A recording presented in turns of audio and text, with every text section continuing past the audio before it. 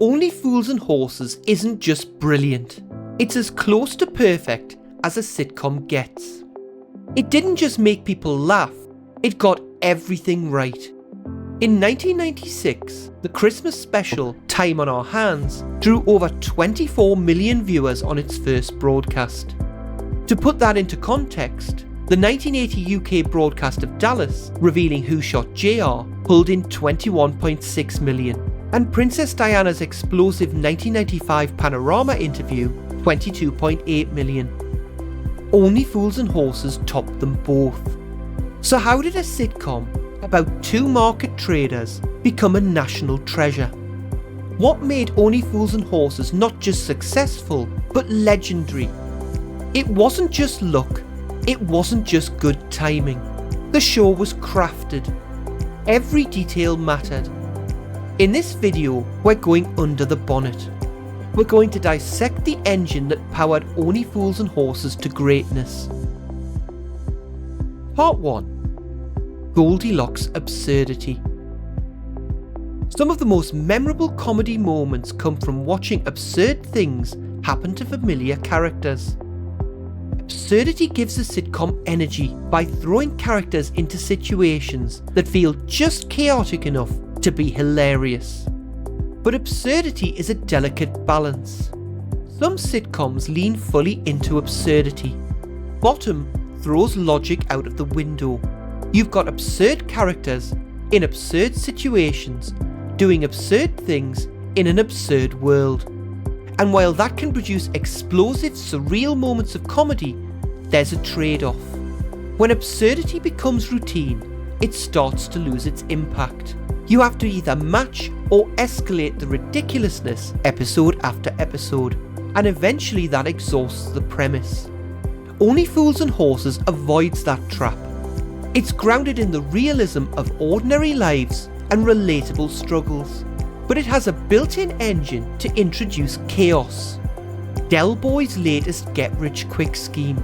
We have bought 150 Latvian radio alarm clocks that go off whenever they bloody well like. She will even sing a little lullaby to put herself to sleep. Just listen to this.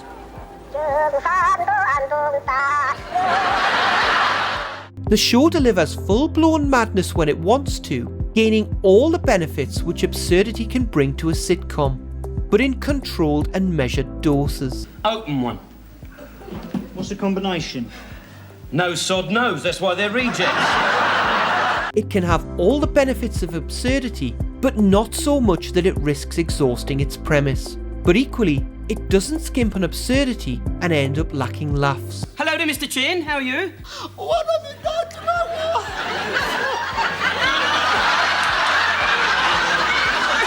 know? The show doesn't need to make its entire world absurd.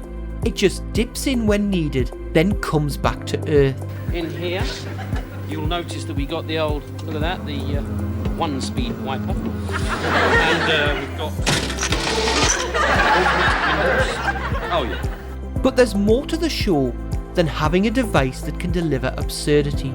Writer John Sullivan uses that device very well, but he doesn't just drop in absurd moments randomly. He builds to them with precision. Part 2. Precision-guided comedy crafted to perfection. Example 1. Reinterpreting what's inside the box.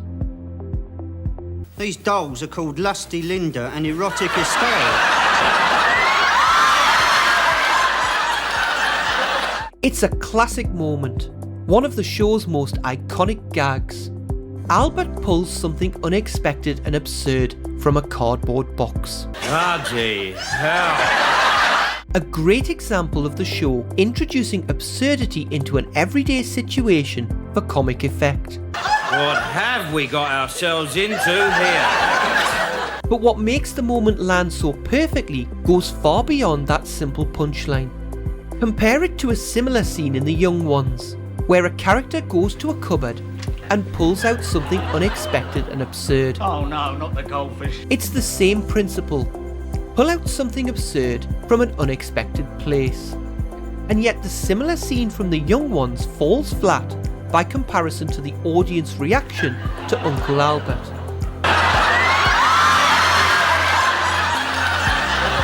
Now this is not to bash The Young Ones. The Young Ones is a sitcom about bizarre things randomly happening in a bizarre world. You could probably publish entire videos about the subtext of some of its jokes. But judged purely as a piece of comedy, asking which scene gets the bigger laugh, it's obvious which scene wins. What sets it apart is that John Sullivan doesn't just write gags, he engineers them. His meticulous setup primes the audience so the joke lands with maximum impact. With the fishbowl joke in The Young Ones, we have no setup and no payoff. The joke relies entirely on the fishbowl being unusual and unexpected. By contrast, John Sullivan carefully builds and subverts audience expectations before the reveal of the dolls. Denzel tells Del that he has a contract to deliver products for a plastics factory.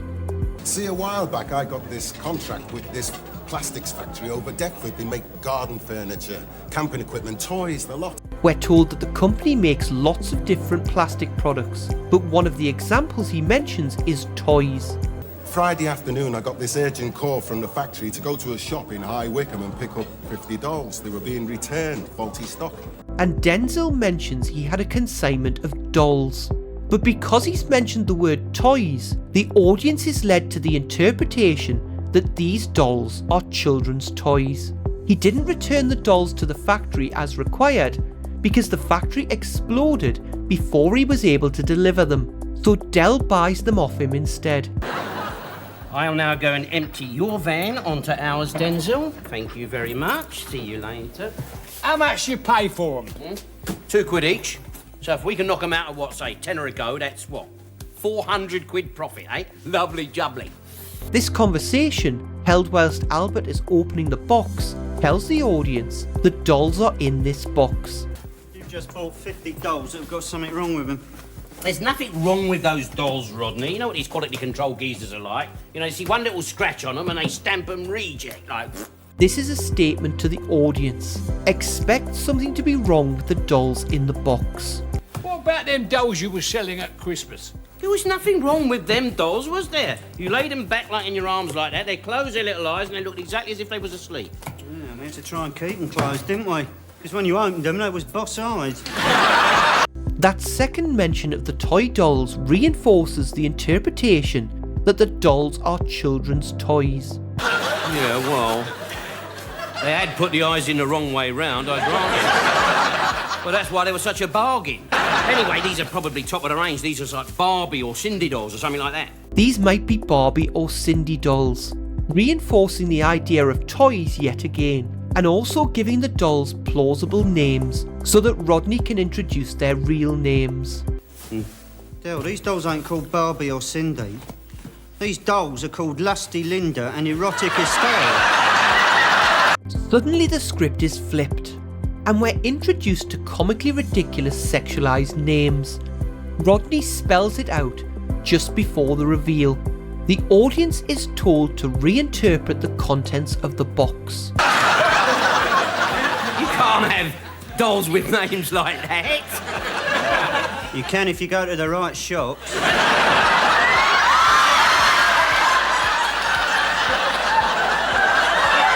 By misleading the audience interpretation of the contents of the box, the true nature of the dolls is a surprise. And by quickly flipping it with the dialogue a few seconds beforehand, Sullivan spells out their true nature to the audience so that their reveal lands perfectly.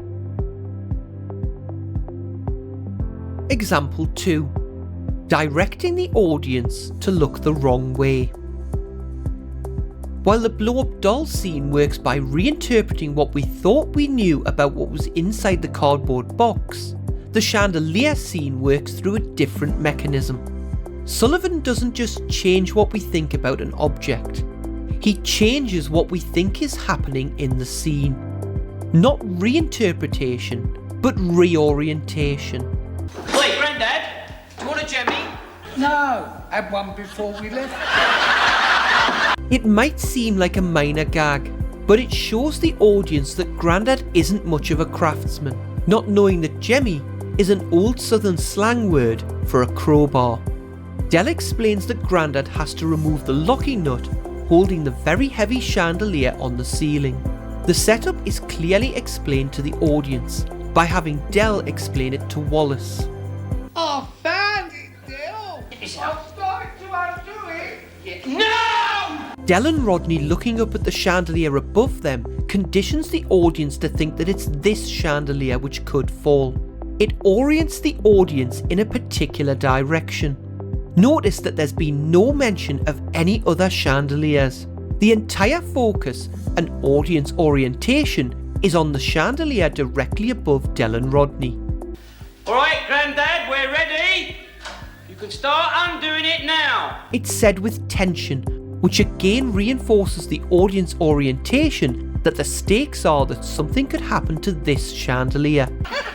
One more turn, Dell. All right. Now brace yourself, Rodney. The tension builds. At this stage, some members of the audience might think that the joke will be that Dell and Rodney carefully lower the chandelier down, only to have Grandad appear behind them, give them a shock and cause them to drop it. Sullivan sets up, builds the tension almost to breaking point, then quickly reorients the audience towards the actual gag. Grandad was undoing the other chandelier. The script is built with the precision of a magic trick, misdirecting the audience to look away from somewhere until he wants them to suddenly reorient their attention back. But it's not just scenes which John Sullivan uses as setups. In some episodes, he builds the setup for gags discreetly through large chunks of the episode. Example 3. Long game setup. In the Series 6 finale, Little Problems, What I've got? Executive mobile phone. and it leads to the great scene where Dell gives Mike a demonstration. First of all, we press that, and then you start.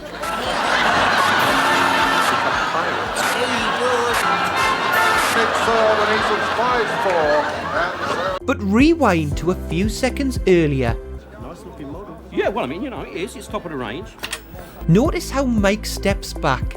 This subtly tells the audience that it could cause someone an injury. That's the idea. See, it's called instant aerial. It's a feature of this particular model. Later in the episode, Michael, can I have a scotch and a usual for me, please? Here, what have you done to your eye? Oh yeah, the aerial on that phone you sold me came out a bit fast. the audience is reminded about the aerial on the mobile phone and again reinforces how the aerial could cause an injury. Later in that episode, we have a scene where Dell and others are hiding from the local gangsters, the Driscoll brothers. We're in the clear.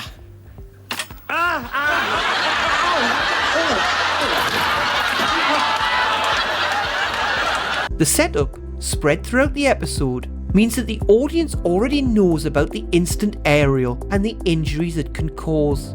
Hence again, the studio audience reacts in hysterics. Part 3. A Swiss Army knife of characters for every occasion. The final part of Sullivan's brilliance lies in how he designed his characters, not just to live in the world, but to create opportunities within it. Rodney. Del boy's got something going over there. Oh, I mean, somebody's going to suffer. We've seen that with Dell's get-rich-quick schemes, the show had a ready-made vehicle to introduce a Goldilocks level of absurdity. But with some of the schemes, Rodney plays a key role in ensuring that absurdity lands. That part of his role is best understood by looking at another iconic comedy pairing from The Muppet Show. In the early Muppet Lab sketches, Dr. Bunsen Honeydew would proudly demonstrate his latest invention. The new solid-state gorilla detector. That creature is not a gorilla. If he were a gorilla, the lights would flash and the bell would ring. But something was missing. The addition of Bunsen's assistant Beaker. Watch what happens when Beaker adds 1 drop of germ enlarger. Bunsen creates the absurdity, and we see the resulting chaos fully brought to life through consequences suffered by Beaker. Del's get-rich-quick schemes provide the absurd setups, but many of them can be taken a step further by having Rodney absorb the fallout. He's the Beaker to Del's Bunsen. You are now a life member of the Groovy Gang. Every time one of the organisers says, "Are you having fun?" or you can shout, "Groovy!" But sitcoms have an inherent problem with a comedy consequences character. At a certain point you wonder, why doesn't he just leave?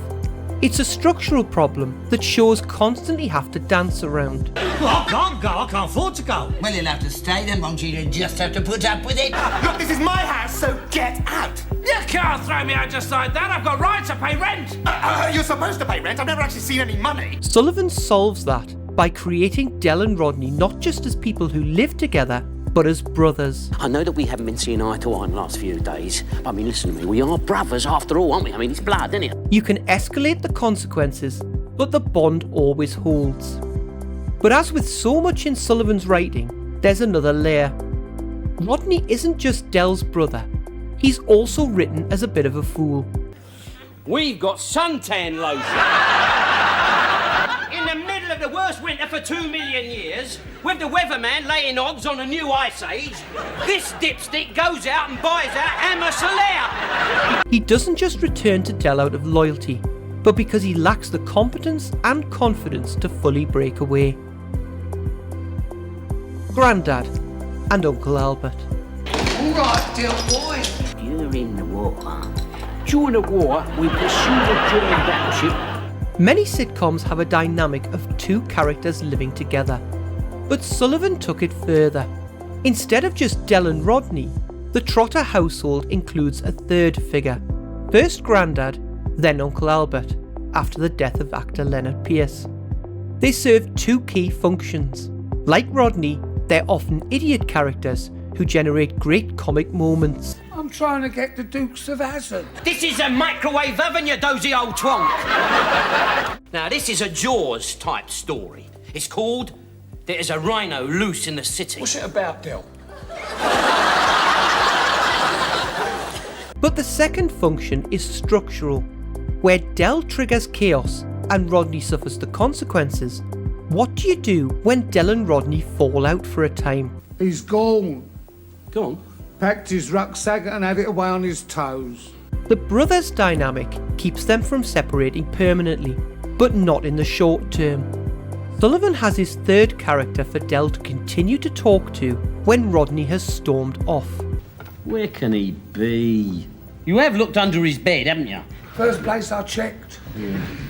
With Grandad and Albert, Sullivan made the primary dynamic a trio, giving Del someone to explain his latest scheme to, especially useful when Rodney is likely to suffer the consequences. I'm going to wind him right up with this one. By this time tomorrow evening, I'll have him believing that all the flats are under siege. Del boy. Don't worry, this time next year we'll be millionaires. On the surface, the dynamic is simple.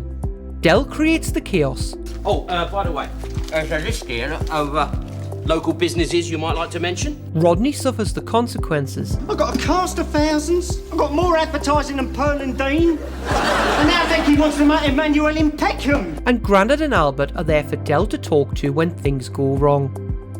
But it's a delicate balance.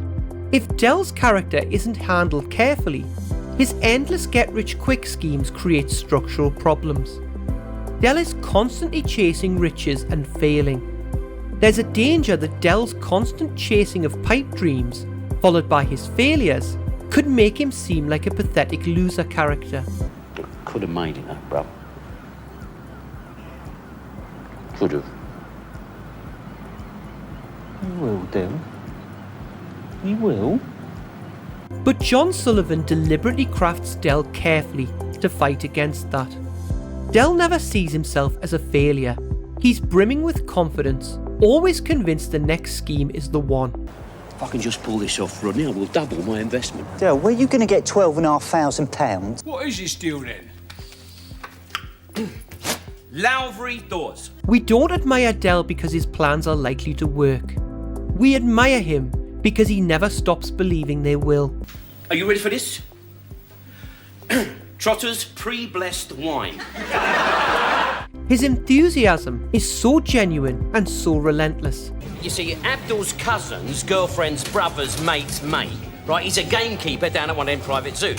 And Monkey Harris's sister's husband's first wife's stepfather, right? He works for an animal food company, so put the two together, what you got? Nice little earner. It's that conviction that keeps us on his side. You couldn't honestly go out and sell them horrible dolls, could you? To be honest with you, Unc, no, I couldn't. Barry, tell boy. But I know a man who can.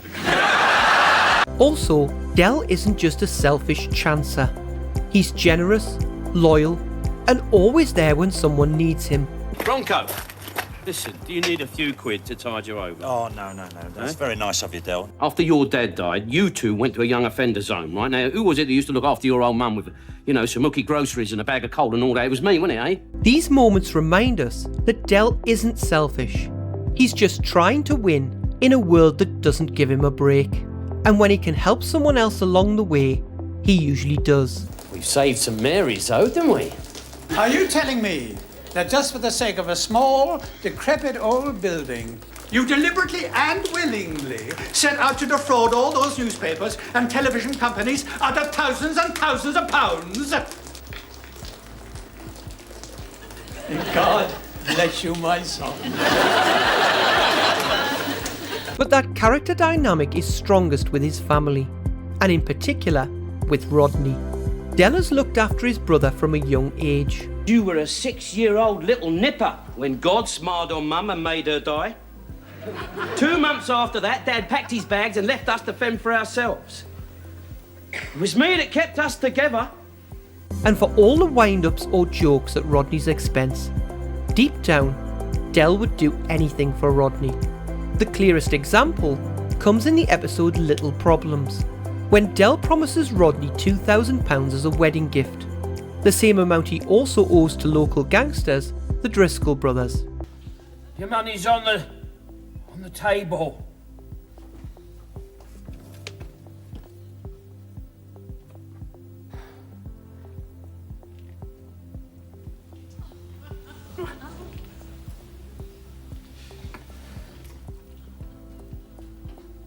Del? Thanks. It's all right, Rob. It was a pleasure. Del having raised Rodney is an important structural dynamic. It gives Del a sense of earned authority, not just as his older brother, but as someone who sacrificed his own opportunities to raise Rodney after their mother died. Anyway, what was I supposed to do? Get married and put Rodney into care? No. So I elbowed him. And that's another reason why Grandad is written as an idiot. It has to be Del who stepped in as the caregiver. It was me that kept us together. Nothing to do with Grandad. He was an out-of-work lamplighter waiting for gas to make a comeback. If Grandad had raised Rodney, then Del would merely be the older brother, instead of the authoritative head of the family. And unusually for a show that's otherwise as close to perfect as any TV series is likely to get, Only Fools and Horses had one major misstep. The 1986 Christmas special, A Royal Flush. It stands out as the exception that proves just how important it is to portray Del correctly, because when you get Del wrong, the whole tone of the show falters. A Royal Flush. One of Royal Flush's biggest issues is the absence of a laugh track. That missing laughter changes everything. Del's usual ribbing of Albert and Rodney, which we'd normally read as banter, now feels cruel, even bullying. Oh, leave it out, will you, Albert? You've done more whining than a bleeding spin dryer. Books. Teach yourself, book, is it? I'll tell you this much, Rodney. You ain't going to get no wages at the end of the week. Oi, come on, Del. That bird I was talking to in the market, I said I'd take her out tomorrow and I'm potless, ain't I? Yeah, well, that's your problem, innit? The episode follows Rodney's romance with Vicky, daughter of the Duke of Marlborough. Del sees a chance to climb the social ladder. It's a tough old work. What do you mean, money background? And begins gate-crashing his social evenings with Vicky, only to embarrass him. But as time goes on, Del convinces himself that Rodney will get hurt. Convinced he's protecting him, he deliberately sabotages the relationship, hijacking the situation entirely. They weren't his drugs. What he was found in possession of. You destroyed me in front of all them people. And you ruined my opportunity of sharing a warm and friendly relationship with somebody I respected. His Grace called me into his study for a little chat. Do you know he even offered me money? No. Yeah. Writer John Sullivan, producer Ray Butt, and David Jason all agreed that the episode got Del badly wrong, with Jason admitting Del turned too nasty and lost his warmth. The episode was later re-edited by Sullivan for its 2004 DVD release. 18 minutes were cut, mostly of Del's obnoxious behaviour, and a laughter track was added. Leave it out, will you, Albert? You've done more whining than a bleeding spin dryer. Rodney's back, Del boy. Someone must have paid the ransom. Burks. Teach yourself, book, is it? This shorter version became the version used for future TV repeats and DVD releases, so it's likely the version most viewers know today, a softer, more watchable edit that softens the damage done to Del's character. But the usual one-off misstep of a royal flush shows just how carefully Del's character is usually managed. The many supporting characters. It's no accident that Only Fools and Horses started off being almost entirely about the three main characters, yet gradually expanded to become more of an ensemble. As John Sullivan saw these characters gave him opportunities, he added extra supporting characters who would supply scripts with even more opportunities. As time goes on, Trigger becomes much more of an idiot character, which supplies silly humour opportunities to the episodes. This old broom has had 17 new heads and 14 new handles in its time. How the hell can it be the same bloody broom then? Well, here's a picture of it. What more proof do you need? Denzel is an expansion of the Consequences character. Cheers, Del, you're a pal. I don't know what it is with you. You managed to twist me right round your little finger, don't you? He provides further opportunities for consequences beyond what Rodney can provide, such as lending Del money. Do you know Denzel was crying when he handed that money over? Or arranging to have his flat redecorated. Denzel's first appearance in Series 3 also introduces his wife Corinne. I want this place to look like a palace for Denzel and Corinne when the... Oh, hello, Corinne. One of the few characters to openly call out the dysfunction Del brings into people's lives. Denzel, how can you trust this man? Every time you meet him, you end up drunk or out of pocket. Yeah, I know, but he's a mate. It's a real loss for the show that actress Eva Motley, who played Corinne, died in 1985. Had she returned in later episodes, Corinne could have been a valuable recurring presence, a grounded outside voice offering resistance to Del's chaos. But I promise you this, Denzel, if anything goes wrong, I'll make you wish your mother had a headache the night you was conceived.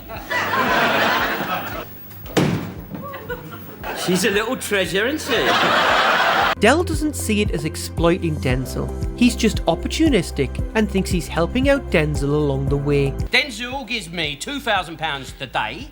I give him £3,000 tomorrow. Boise doesn't supply opportunities to the script. Rather, his real function is to support the warmth of Del's character by acting as a negative contrast. Judged by the simple measure of making money, Boise is everything Del aspires to be. But while Boise has achieved financial success, he has none of Del's charm. Bronco, listen, do you need a few quid to tide you over? Oh, no. Boise is tight with money. I know what a tight sod you are. And happy to exploit others if it benefits him. Does this look like the social security to you? I mean, who is he anyway? He's your brother-in-law. Boise isn't fun to be around, and the only laughs he shares are at someone else's expense. You ordered a lot of print this time, haven't you? Yeah, I thought I'd get in quick before Rodney gets a sack. Nobody respects Boise. He's often a figure of fun. What about that then? Old Boise being a Jaffa. A Jaffa? Yeah, you know, seedless. Even his own wife makes fun of him. Look at your daddy playing with his new toy. Doesn't he look stupid? Don't get your face too close, it scares him. He's a mirror, showing us what Del lacks, but also reminds us what Del has. The show has other characters who provide little or no comedy value at all. Mike the barman. I don't get much trade, but I do have a good laugh. Bloody hell. And Raquel and Cassandra have hardly any comedy lines at all. Instead, they help ground the show in realism, preventing the show from slipping into full farce by reminding us that not everyone in this world is a fool. Part 4. Precision on the page, magic on the stage. John Sullivan delivered brilliant scripts, crafted with incredible skill. That kind of lightning in a bottle is rare, but Only Fools and Horses caught it twice. It wasn't just the writing, it was also the cast. Perfectly matched and perfectly capable of turning Sullivan's great material into greatness on the screen. The cast was so good, they could squeeze extra laughs from the script just by exaggerating a line in the right way. Oh, I see. So that is why you pulled us in. 14 hours just to provide you with an alibi. They could take an already hilarious scene and layer it with extra content just to make it even stronger. I think we're on a winner here, Trig. All right? Play it nice and cool, son. Nice and cool, you know what I mean?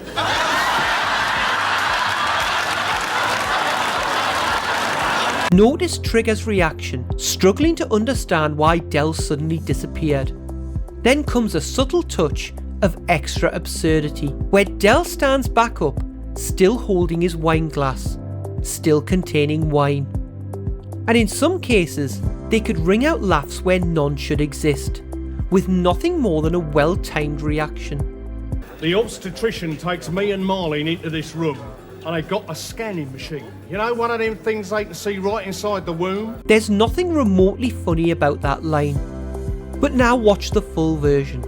The obstetrician takes me and Marlene into this room, and they got a scanning machine. You know, one of them things they can see right inside the womb? It's an ensemble cast, full of great talent, all working at a high level. But even within that high bar, one performer really stands out, and that's David Jason. Jason knew exactly when to add small reactions that sharpened the humour, elevating what was already on the page. Excuse me. Oh, right, look, see you later, okay? Take care. I'm just going to the ladies.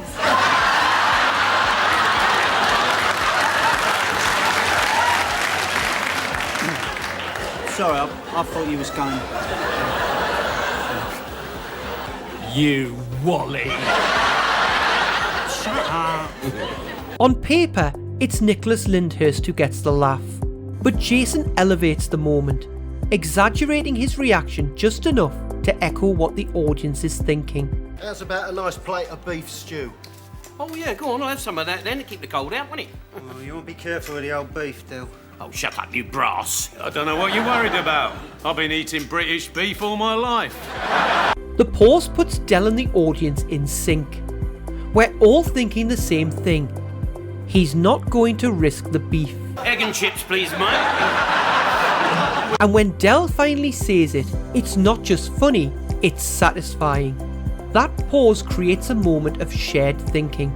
The joke lands not because it surprises us, but because it confirms what we already knew and wanted to hear. Egg and chips, please, mate. We almost take these things for granted in the show because they all work so well. But imagine if instead of a pause, I've been eating British beef all my life. Egg and chips, please, mate. it just wouldn't land the same. The comedy lives in the pause. There's nothing in the fridge, the veggies on the turn, and that apple juice is horrible. As with the beef joke, there's a pause to let the audience register what Albert has done. He's a moaning old git, isn't he?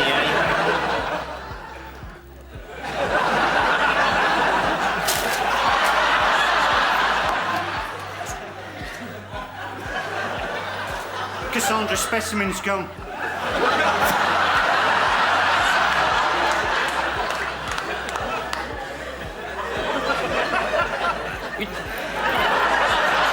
Dell's reaction doesn't just follow the joke, it sharpens it by recreating what Albert's done with a look of visible despair that amplifies the moment. I don't believe him. But David Jason's brilliance isn't limited to comic timing. As the show's lead, he sets the rhythm, often injecting many scenes with a change of energy that elevates the whole show. I'm a lookout. No, Rodney, you're wrong. You're not just a lookout. You're a bad lookout! And it's not just with comedy. David Jason is one of those rare actors who can handle both comedy and drama. Some of his finest moments in Only Fools and Horses aren't loud or funny. Take this scene from the episode Who Wants to Be a Millionaire? Don't you think I've sacrificed enough for you? Sacrifice for me? Dear Mum, God rest her soul, when she died... Don't start that again, When Bill, she please. died, who stood by you? But I had no need to fear, did I? Because suddenly a vision appeared from beyond the silhouette of the gasworks. Is it a bird? Is it a plane? No, it's Delboy! You can see Dell's anger simmering under the surface. I, Delboy, will look after this small waif. I will bring him up in the ways of Delboy. But then something shifts. The mood changes. And what we get instead is vulnerability. Dell believes he made real sacrifices to raise Rodney. Don't you think I've sacrificed enough for you? Is it a bird? Is it a plane? No, it's Delboy! Rodney's mockery cuts deep. This isn't just teasing, it's rejection. All that effort and sacrifice, but Rodney doesn't see it that way, and that's devastating for Dell. And I did, didn't I? Yeah. You made a bloody good job of it too. Just think, Del, so far I'm your only success.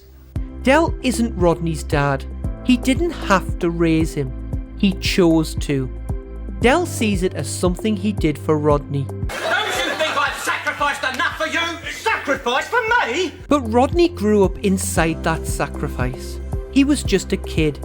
And like all kids, he took his world for granted. Not out of selfishness, just because it was all he knew. He never saw the cost.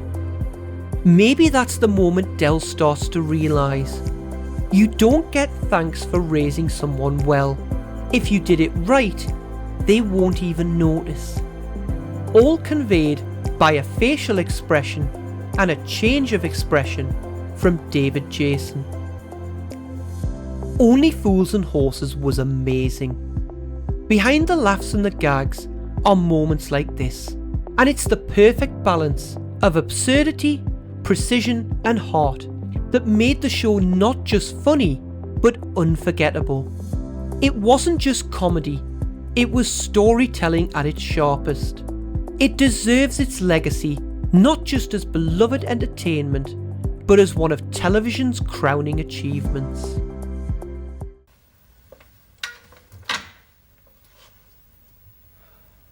Who wants to be a millionaire?